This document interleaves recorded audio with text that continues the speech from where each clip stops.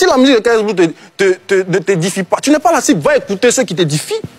J'ai jamais forcé personne. Ça lie forcément le ministère. Et c'est pour ça que je suis venu. Hein. D'accord. On va prêcher, écoutez, attends.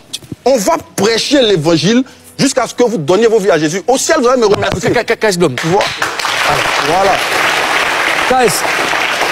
Alors, KS, à ton avis, sois en relax. Hein. Oui. Sois en relax. Hein. C'est pas une colère. Je sais. Je te comprends. Je te comprends. Il y a un peu d'eau dans le cas où tu vois un peu d'eau. Alors, selon toi, pourquoi les gens cherchent à te salir? C'est ça que j'ai dit.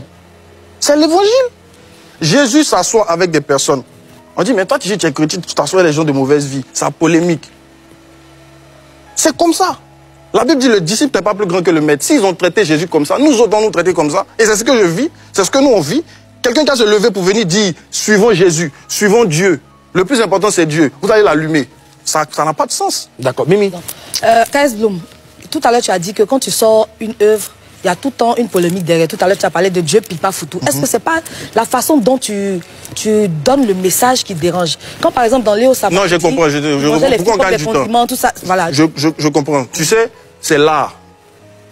Un artiste a sa fanbase. Vous savez, c'est quoi la fanbase? C'est ceux qui comprennent l'art d'un artiste. Mon vieux Abuja, c'est un peintre. S'il vient déposer son œuvre ici, nous tous, on risque de se moquer. Parce qu'on ne comprend pas.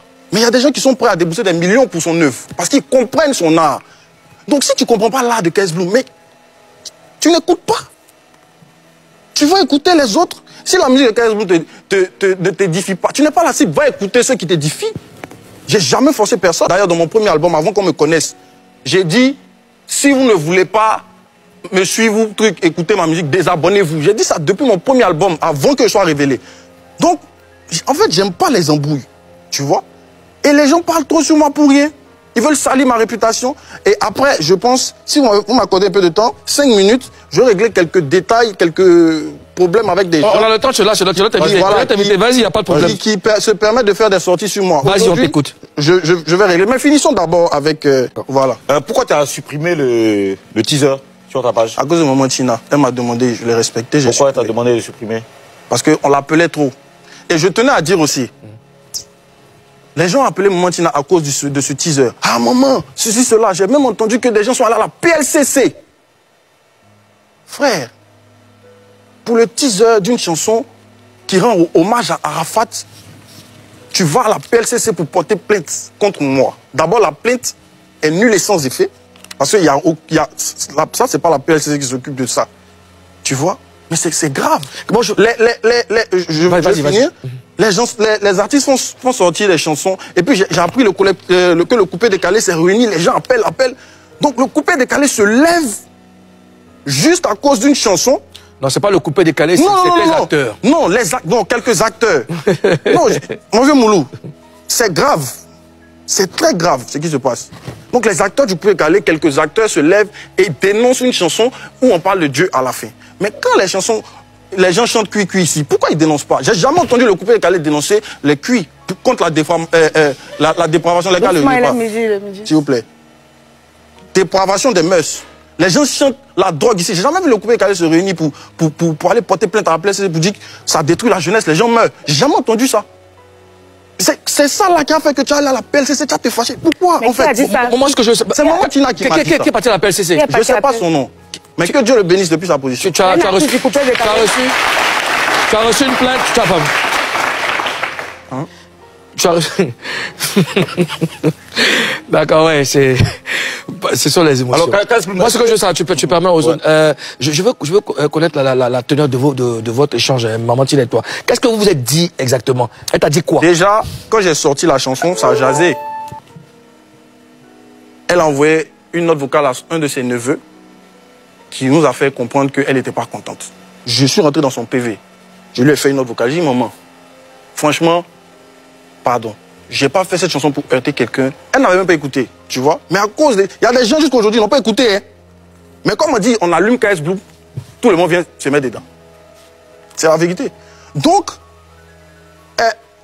voilà. Donc je lui dis, maman, si tu n'es pas d'accord, si toi tu me dis que la chanson ne sort pas, on ne fait plus rien sur la chanson. On ne fait rien, je ne fais plus de promotion. Vous avez vu que depuis ces sorties-là, j'ai plus parlé de ça jusqu'aujourd'hui. Ça fait combien de temps c'est sorti? Depuis le 8 octobre 2024. On est quand aujourd'hui? j'ai plus parlé de ça. Parce que je devais d'abord voir maman Tina avant de faire quoi que ce soit. Donc ça a mis du temps. Donc je suis allé voir la maman. Avant d'aller la voir, j'ai pris des dispositions. Je lui ai donné les droits d'auteur du Burida. Les gens pensent que j'ai donné des millions à la dame. Il appelle, non, maman, c'est ceci, c'est là. Non, j'ai rien donné à la dame. À part les papiers des droits d'auteur. Parce que je lui ai donné les droits d'auteur sur la chanson de Léo Sama pour maman Tina au Burida. J'ai donné à maman Tina et pas aux enfants parce que la maman, c'est une maman. Tu vois, les enfants, ils touchent déjà d'autres droits. Ils sont encore jeunes, il y a des gens qui s'occupent d'eux déjà, tu vois. Mais la maman, elle est seule. C'est quand vous avez vu teaser là, vous allez commencer à l'appeler. Est-ce qu'avant ça, vous l'avez appelée? Est-ce que vous savez comment elle vit? Mais quand si tu t'allais voir Tina avant de sortir la chanson, les choses auraient pu être différentes? Non, mais moi, je me dis pas que pour rendre hommage, c'est un problème jusqu'au point d'aller voir quelqu'un. Je me dis, c'est normal. Tu as été fan de quelqu'un, tu lui rends hommage. Justement, la personne n'entend pas de cette oreille. Tu lui rends hommage, parce qu'il a fait de... Tu voulais oui, après, en fait, ce qu'il dit, c'est pas faux. Il a dit la vérité, une vérité assez crue. D'accord? Mais sauf qu'en Afrique, ici en Afrique, là, on a tendance à dire qu'on adore les gens. On aime les gens quand ils sont morts. Et du coup, pour le respect de l'âme et du défunt, on fait gaffe, pour sa mémoire, on fait gaffe à ce qu'on va sortir de nos bouches. Les gens dont tu parles qui ont fait des hommages et tout ça, ils ont juste vanté ses mérites. Je pense que ça n'a pas fait jaser parce qu'ils ont vanté ses mérites. Tu ne penses pas que tu aurais pu faire pareil si c'était vraiment un hommage ou ne pas parler d'Arafat mais expliquer son histoire d'une autre manière. Là, comme ça, voilà. Comme ça, on ne sait pas que c'est lui et puis voilà, c'est une histoire comme ça. Karina, j'ai vanté ses mérites aussi. Mais moi, je suis chrétien. Tu vois le truc? Moi, je suis un artiste chrétien. Si je fais une chanson d'hommage pour Arafat tout de suite, il n'y a même pas Dieu dedans. Tout le monde va créer au scandale encore. Parce que je suis chrétien. Donc, je dois forcément atterrir avec un petit conseil à la fin. Ah, vraiment, accrochons-nous au Seigneur. Parce qu'on ne sait ni le jour ni l'heure, on va partir. Ça, c'est normal. Même quand un pasteur meurt, on fait ce discours-là. Vous dites, le bien-aimé est parti. Nous qui sommes restés, franchement, accrochons-nous au Seigneur. Ça, c'est la base. D'accord. Ozone Afrique Mamba. Est-ce que ce n'est pas ta position qui dérange? Parce que les gens, j'ai vu certains commentaires qui disent que tu es un chrétien, il y a trop de choses dans la Bible là. Il faut prendre ça, tu as chanté. Eux, ils connaissent chez Batimé. Est-ce que c'est pas ça qui dérange? Est-ce qu'ils connaissent chez Batimé? Moi, je ne connais pas chez Batimé. Mais ils veulent que tu restes dans ton... Mais pourquoi c'est ce qu'eux, ils veulent que moi, j'aie fait? Moi, je suis conduit par l'esprit, je ne suis pas conduit par ce qu'ils pensent, parce qu'ils veulent. Tu vois, laissez, en fait, l'art, laissez l'artiste s'exprimer. Tu vois, quand il n'y a pas à dramatiser, il n'y a pas à dramatiser, Joe, c'est un hommage. Et puis, vous savez, on avait fait un premier visuel qui était un cartoon, à la base. Un cartoon genre, tu vois, les dessins de trucs là. On avait fait ça. On devait sortir ça. Ma maman a vu ça, elle dit jamais ça ne sort. Vous rendez hommage à Arafat et c'est cartoon que vous faites. Et ça a coïncidé, un gars de IA a approché mon équipe pour dire que, bon, je veux faire un clip IA. Donc, ils nous ont proposé ça. Vous savez combien ça coûte les clips IA? On a respecté le monsieur. Arrêtez. Et puis les gens jugent un truc qu'ils n'ont même pas regardé. Le visuel, là, normalement, ça sort pour appuyer la chanson. Si vous n'avez pas compris la chanson, au moins le visuel, là, vous pourrez comprendre. Vous n'avez même pas vu quelque chose, vous bavardez. Justement, le clip, il sortira finalement ou pas? Aujourd'hui, devant vous. Parce que maman Tina, elle ne veut pas de problème. Puisque les gens pensent qu'elle a plus de millions, elle n'a pas plus de millions. Donc devant vous, je vais lui demander, aujourd'hui, devant vous, parce que maman Tina, elle ne veut pas de problème. Puisque les gens pensent qu'elle a plus de millions, elle n'a pas plus de millions. Donc devant vous, je vais lui demander de m'accorder le bénéfice du doute. Maman, devant la Côte d'Ivoire, devant l'Afrique, devant tout le monde, je te demande la permission de poster le visuel là à 18h30. J'avais donné rendez-vous aujourd'hui à 18h30. Maman, pardon, je vais poster. Je vais poster. Si la famille, après le visionnage, les enfants, je parle de la famille, je n'ai pas parlé de ceux qui sont autour là. Si la famille est offusquée et trouve que l'image a été salie, on va retirer l'image. Parce qu'on a tenu à honorer. Il y a des bordeaux dans le visuel. Oui, en IA. On a fait un big up à des bordeaux. On a honoré les gens. On a rendu hommage à Rafna, à Kamen Sama, à l'autre, Ali Le Code, à Olo Pacha. On a rendu hommage à Maman Tina, elle est dans le visuel. D'accord. Est-ce qu'elle a déjà vu le visuel? Elle n'a pas vu. Personne n'a vu. Tous ceux qui ont fait les posts là, ils n'ont pas vu. C'est teaser. Mais tu ne penses pas qu'elle doit le voir avant pour ne pas qu'il y ait de polémique? Non, c'est ça que je dis. Si elle veut, elle peut voir à tout moment, tu vois. Mais au moins, on peut poster, comme ça tout le monde voit. Parce que si ça ne sort pas aussi, les gens vont peut-être penser qu'on a fait quelque chose qui n'est pas bon. Tu vois, non? Donc, au moins, tout le monde voit.